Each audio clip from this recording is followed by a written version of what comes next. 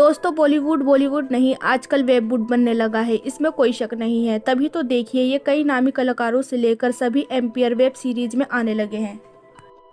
Finally अब बॉबी देओल ने भी वेब सीरीज की दुनिया में कदम रख दिया है। जी हाँ दोस्तों, आपको बता दें कि प्रकाश झा के निर्देशन में बनी एमएक्स प्लेयर वेब सीरीज आश्रम में बॉबी देओल बाबा निराला काशीपुर वाले के किरदार में नजर आए हैं।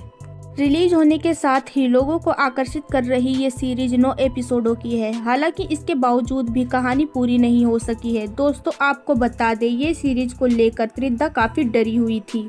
उन्होंने सीरीज और बॉबी देओल के काम को लेकर कई बयान दिए हैं। दोस्तों क्या है वो बयान?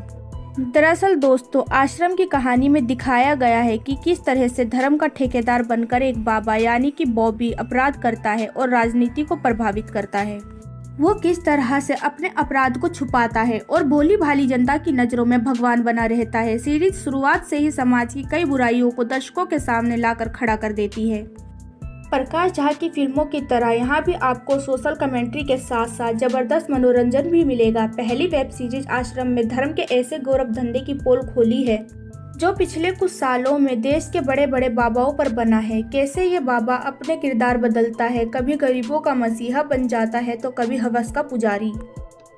कैसे अपनी पोल खोलने से बचने के लिए किसी की जान भी ले लेता है और जब किसी सेवक की पत्नी पसंद आ जाती है तो मोक्ष के नाम पर उसको नपुंसक बना देता है। वहीं जब खुद तक पुलिस की जांच पहुंचती है तो कैसे पुलिस अधिकारियों को विष कन्या के जाल में फंसा देता है। कुल मिलाकर पूरी कहानी बॉबी देओल के किरदार बाबा निराला और उसके मुख्य सेवादार भूप जी बने चंदन रॉय सान्याल की जुगलबंदी को बड़ी ही बारीकी से दिखाया गया है। दोस्तों अब जिस वेब सीरीज की थीम ऐसी होगी तो जाहिर सी बात है कि लीड एक्ट्रेस घबराहट में तो होगी ही। दोस्तों त्रिधा के बारे में आपको बता दें, बंगाल और तेलुगु फिल्मों में काम करने वाली अभिनेत्री त्रिधा चौधरी धारावाहिक दहलीज से ही चर्चे में आई थी। फिल्मों के अलावा उन्होंने कई वेब सीरीज और विज्ञापनों में भी काम किया है। कोलकाता की त्रिधा ने 4 साल की उम्र में ही ओडिसी डांस करना सीख लिया था।